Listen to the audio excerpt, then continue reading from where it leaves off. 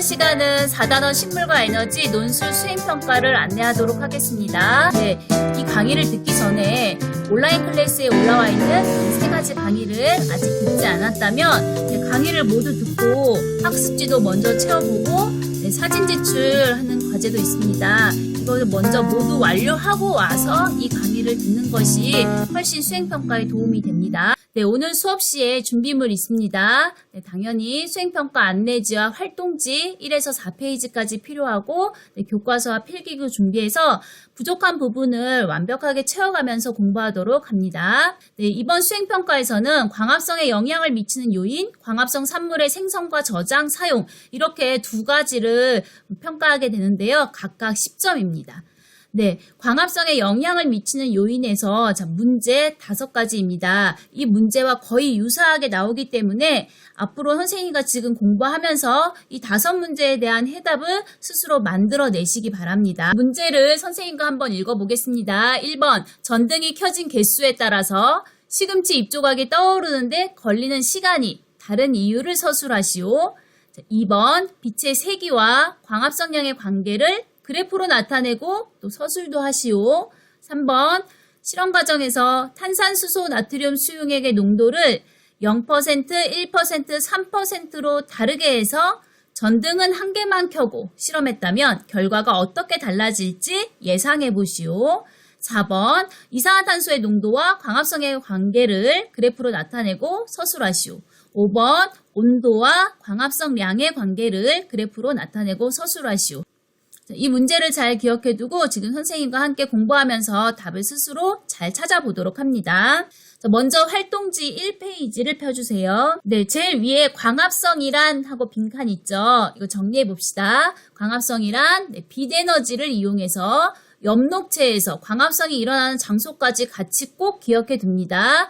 엽록체에서 이산화탄소와 물을 원료로 해서 양분인 포도당을 합성하는 과정이죠. 그리고 이 과정에서 산소도 함께 발생합니다. 물론 이 포도당은 대부분 식물에서 곧바로 녹말로 전환되죠. 실험 과정이 나오는데요. 그 실험을 하기 전에 우리가 꼭 알아야 될 사항들이 있었죠. 먼저 이 실험은 광합성량에 영향을 미치는 요인인데 그럼 광합성량을 무엇으로 측정할 것인가였습니다. 우리는 시금치 입조각을 사용하기 때문에 시금치 입조각이 떠오르는데 걸리는 시간을 측정합니다. 네, 시금치 입조각이 왜 떠오르죠?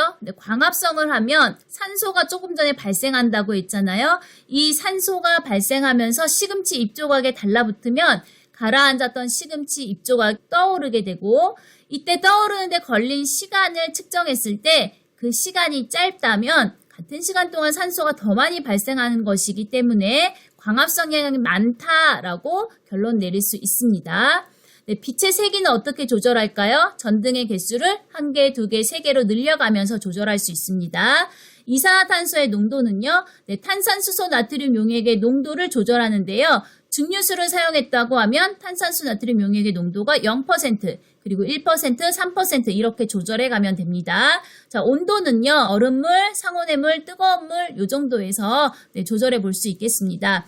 이 실험을 할 때 내가 한 가지 변인, 예를 들어 빛의 세기에 대해서 알고 싶다라고 하면 이산화탄소의 농도, 즉 탄산수 나트륨 수용액의 농도는 똑같이 1% 이렇게 맞춰주어야 되고 온도도 다 같이 맞춰주어야 돼요.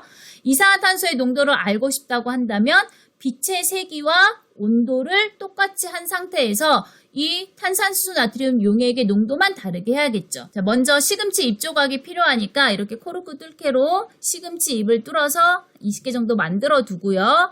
선생님이 지난번에 이야기했지만 시금치 입조각이 우리가 가라앉아 있을 때 떠오르는 시간을 측정하려고 하는데 처음에 시금치를 담그면 시금치 안에 들어있는 공기 때문에 시금치들이 떠 있습니다. 따라서 시금치 입조각의 공기를 빼내는 작업을 통해서 다 시금치를 가라앉혀 주어야 됩니다. 그러면 이렇게 가라앉은 시금치 입조각 6개를 1% 탄산수 나트륨 수용에 150ml가 담긴 비커에 이렇게 넣어줍니다. 그리고 전등을 설치해 주는데요. 전등과 비커 사이의 거리가 같도록 조절을 해줘야겠죠. 그리고 전등을 1개, 2개, 3개 늘려가면서 켜진 개수를 시금치 입조각이 떠오르는데 걸리는 시간을 측정하고 기록합니다. 잠깐 영상으로 결과를 살펴볼게요. 자, 먼저 한 개 켰을 때 모두 떠오르는데 걸리는 시간은 265초였습니다. 이번에는 두 개를 켰네요. 그랬을 때 떠오르는데 걸리는 시간은 240초였고요. 전등을 3개 켰을 때는 시금치 입조각이 모두 떠오르는데 209초가 걸렸습니다. 자, 이렇게 결과를 기록했어요. 전등이 켜진 개수가 증가할수록 시금치 입조각이 모두 떠오르는데 걸린 시간이 감소했죠. 자, 그 밑에 문제 있어요. 요거 채워봅시다. 전등이 켜진 개수가 늘어날수록 시금치 입조각이 떠오르는데 걸리는 시간이 어떻게 변하느냐? 보이는 대로 그대로 써주시면 됩니다.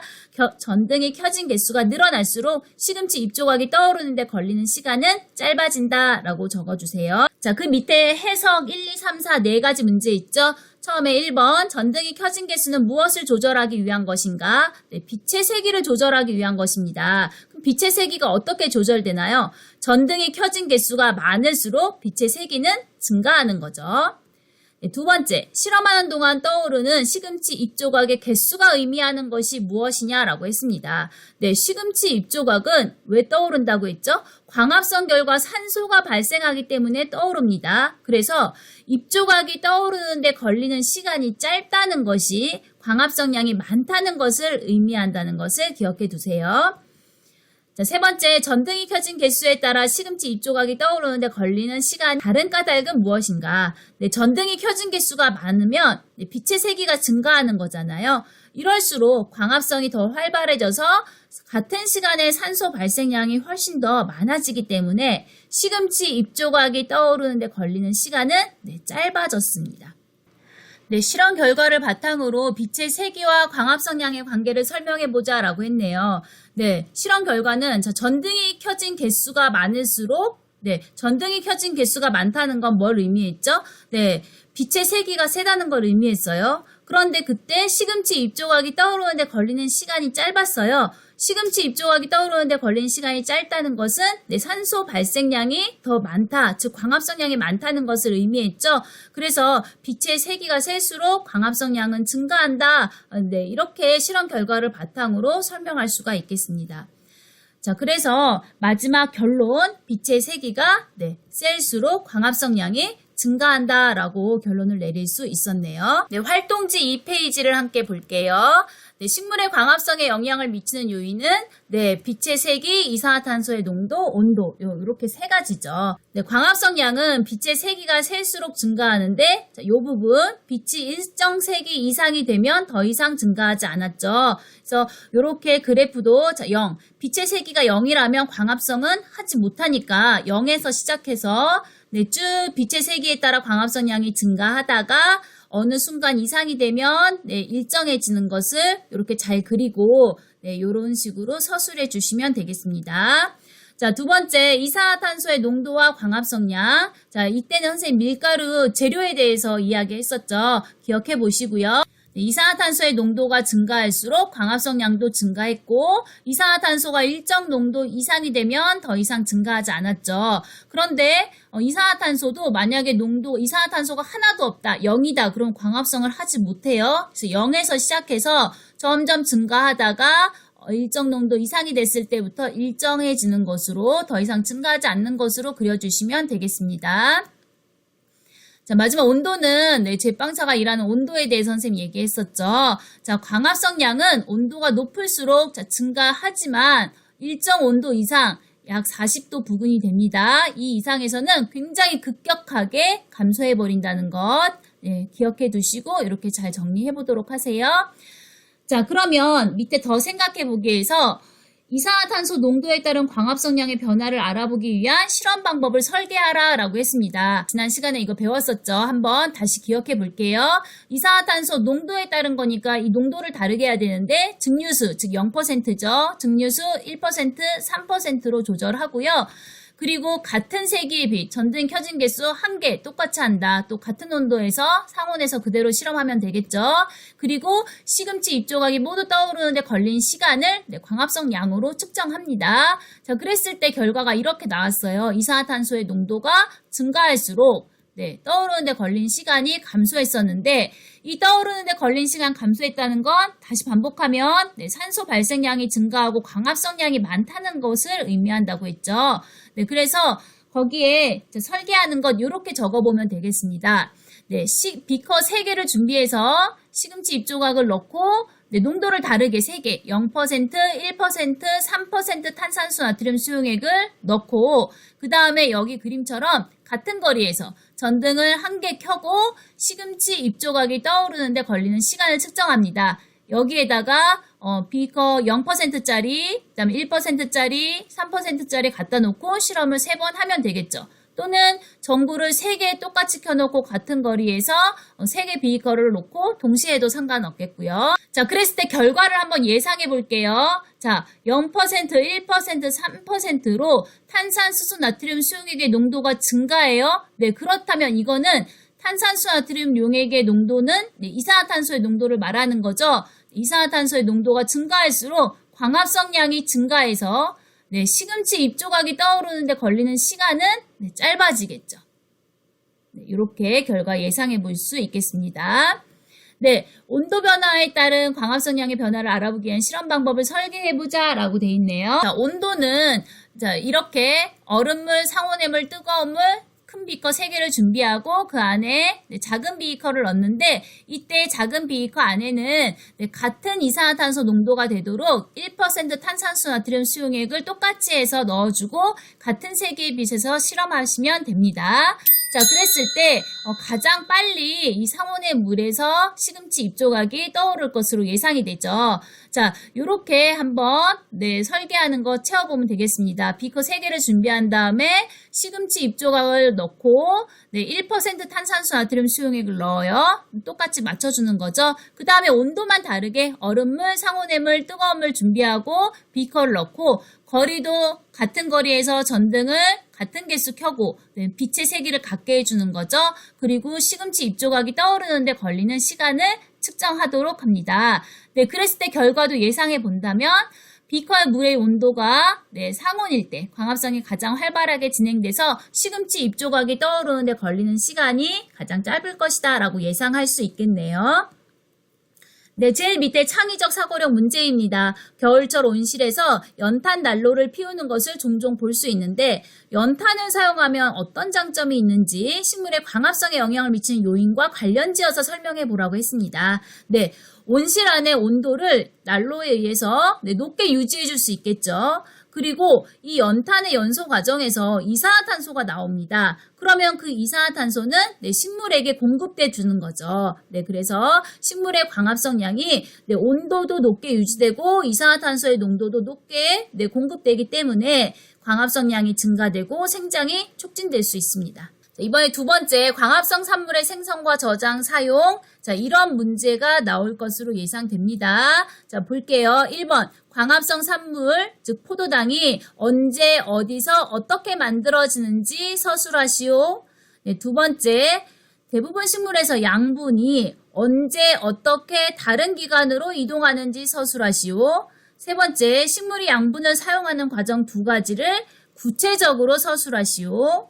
네 번째, 광합성 산물의 저장에 대해서 설명할 식물을 한 가지 골라서 광합성 산물이 어디에 어떤 형태로 저장되는지 서술하시오입니다. 네, 광합성 산물이 어떻게 생성되고 어떻게 이동되고 또 어떻게 사용되고 어떻게 저장이 될까 이렇게 4가지 문제에 네, 답을 해보도록 합니다. 활동지 3페이지를 펴주세요. 자, 3페이지에 보시면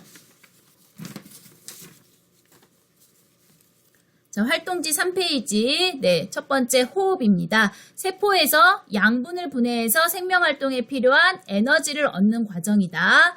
네, 식물의 호흡. 자, 식물의 호흡이란 식물세포에서 네, 광합성으로 만들어진 양분이 네, 누구와 반응하는 거죠? 산소와 반응해서 무엇으로 분해되나요? 네, 2가지, 이산화탄소와 물로 분해되면서 네, 뭘 얻기 위한 과정이었어요? 네, 에너지가 방출되는 과정이다. 이렇게 정리하시고요. 밑에 그림으로도 이렇게 나타내 볼 수 있겠습니다. 포도당과 산소가 네, 반응해서 이산화탄소와 물로 분해되면서 에너지를 방출하는 거죠. 자, 그 다음 2번 식물의 기체 교환입니다. 자, 식물이 낮에는 광합성량과 호흡량을 비교해 본다면, 빛의 세기가 셀 때는 광합성량이 훨씬 더 많죠. 그래서 이산화탄소를 흡수하고 산소를 방출하는 것으로 보입니다. 자, 밤에는 광합성을 하지 못하죠. 빛이 없기 때문에. 그래서 호흡만 일어나고요. 따라서 이산화탄소를 방출하고 산소를 흡수하게 됩니다. 자, 그러면 광합성과 호흡을 표로 비교해 보겠습니다. 자, 첫 번째 장소, 광합성의 장소는 엽록체가 있는 세포에서만 일어납니다. 호흡은 모든 세포에서 일어나죠. 자, 광합성은 양분을 생성하지만 호흡은 양분을 분해합니다. 자, 에너지 출입 관계입니다. 에너지는 광합성에서 저장되고 호흡에서는 방출됩니다. 하루 중 일어나는 시기입니다. 광합성은 낮에 일어나죠. 호흡은 하루 종일, 낮과 밤 관계없이 하루 종일 일어납니다. 광합성에 사용되는 기체는 이산화탄소, 호흡에 사용되는 기체 산소. 발생하는 기체, 광합성에서는 산소가 발생하지만 호흡에서는 이산화탄소가 발생합니다. 자, 여기까지 정리됐죠? 마지막 4번 과학적 탐구 능력이네요. 가는 밀폐된 유리종 속에 초만 넣고 나는 초와 식물을 같이 넣고 빛을 비춰줍니다. 다는 초와 식물을 같이 넣었는데 어둠 상자를 씌워서 빛을 차단해 줍니다. 이때 어떤 결과를 줄까 예상해보면 가는 금방 꺼지는데 유리종 속에 산소를 다 사용하고 나면 꺼지게 됩니다. 나는 꺼지지 않고 더 오랫동안 타게 되는데요.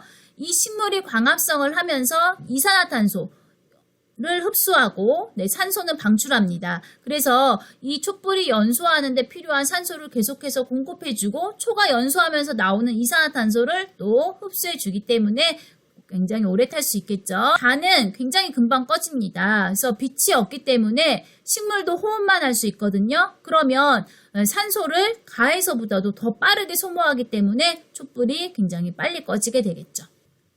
마지막 활동지 4페이지입니다. 광합성 산물의 생성과 이동 첫 번째 표에 있는 내용인데요.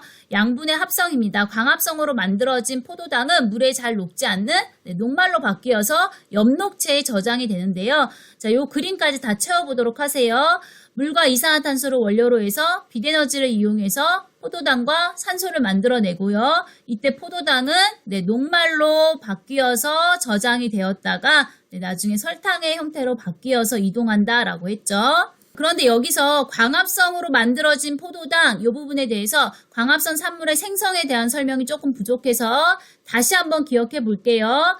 광합성 산물의 생성, 이 과정입니다. 꼭 기억하세요. 빛에너지를 이용해서 엽록체에서 이산화탄소와 물을 원료로 양분인 포도당을 합성하는 과정이다. 그리고 이 과정에서 산소가 발생한다라는 것까지 기억합니다. 그 다음 두 번째 양분의 이동입니다. 녹말은 물에 잘 녹는 설탕으로 바뀌고 언제 이동한다고 했죠? 밤에 이동합니다. 무엇을 통해? 체관을 통해서 각 기관으로 운반되어서 사용할 수 있도록 해주죠. 표의 두 번째 광합성 산물의 사용입니다. 두 가지로 정리할 건데요. 첫 번째, 자, 이렇게 말하고 있네요. 양분을 에너지를 얻는 데 사용해. 자, 에너지 획득입니다. 그런데 에너지를 얻기 위해서는 반드시 무슨 과정을 거쳐야 하는 거죠? 호흡 과정입니다. 호흡 과정을 거쳐서 생명활동에 필요한 에너지를 얻는데 이 양분을 사용합니다. 두 번째, 식물의 생장입니다. 식물의 몸을 구성하는 성분이 되어서 생장에 사용할 수 있습니다. 자, 그리고 세 번째 표에 보면 광합성 산물의 저장입니다. 사용하고 남은 양분은 저장을 할 텐데요. 주로 뿌리, 줄기, 열매, 씨 이런 곳에 저장을 합니다. 그런데 식물의 종류에 따라서 다르게 저장되겠죠. 녹말, 설탕, 포도당, 단백질, 지방 등 다양한 물질로 바뀌어서 저장이 되는데요. 식물 하나를 선택해서 통합적으로 표현하기입니다. 우리가 교과서 부록 317쪽 뜯어서 과제한 것과 같은 내용입니다. 광합성 산물 양분의 생성인데요. 물과 이산화탄소를 원료로 빛에너지를 이용해서 포도당과 산소를 만들어내고 이때 포도당은 녹말 형태로 바뀌어서 저장이 되죠.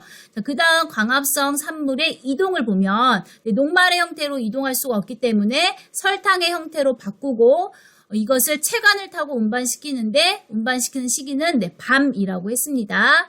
양분이 저장될 때는 다양한 기관, 열매, 뿌리, 줄기 이런 다양한 기관에 또 다양한 형태로 뭐 포도당, 단백질, 지방 이런 다양한 형태로 저장이 되는데요. 우리가 식물 하나를 선택해서 표현해 보라고 했으니까 자 한번 요거 참고적으로 봐두도록 할게요. 선생님이랑 몇 가지 이야기 해본 거 있죠. 고구마는 뿌리에, 감자는 줄기에 네, 저장된 거라고 했고 다 녹말 형태라고 했어요. 그리고 열매는 주로 네, 포도당의 형태로 많이 저장이 되는데 자, 포도당의 형태로 저장된 거 여기 양파 있거든요. 양파는 열매일까요? 네, 아니에요. 양파는 잎에 저장된 거거든요.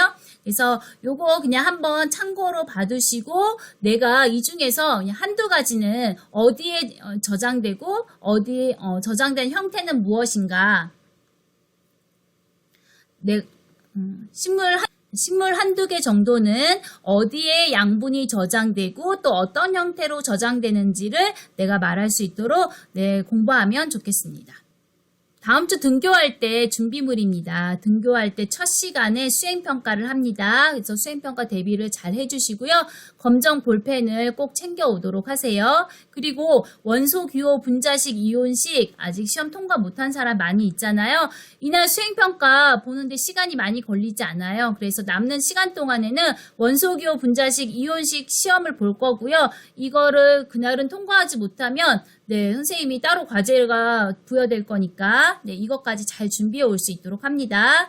그 다음 선생님한테 제출할 것들입니다. 전기단원 그동안 EBS 강의 몇 강 들었는데 그거 노트 정리해 오시고요. 그간 노트에 정리해야 되는 내용들이 있었어요. 그거 챙겨서 노트 제출하고 두 번째 1단원 물질의 구성 활동지를 선생님이 지금 새로 복습 강의 올려주면서 3에서 9페이지까지는 채워놓도록 했거든요. 그 부분 그리고 4단원 지금 오늘 한 거 네, 1에서 4페이지까지 채운 것 지난 시간에 317쪽 과제한 것 실험 안전 서약서 아직 제출 안 했어요. 그리고 그 밖에 제출하지 못한 과제들이 있다면 모두 준비해서 여러분 오늘 긴 강의 공부하느라고 정말 수고 많았습니다. 다음 시간에는 이동하는 전학 교과서 62에서 63쪽으로 돌아가서 다시 공부하도록 하겠습니다. 네, 수행평가 문제는 어렵지 않습니다. 이미 문제는 다 공개되었고 그 안에 답도 선생님과 지금 다 함께 공부를 했어요. 누구나 잘 볼 수 있고 수행평가 20점이라는 점수가 작지 않기 때문에 모두 열심히 공부하셔서 이 점수를 모두 가져가셨으면 좋겠습니다. 네, 여러분 수고 많으셨습니다. 사랑합니다.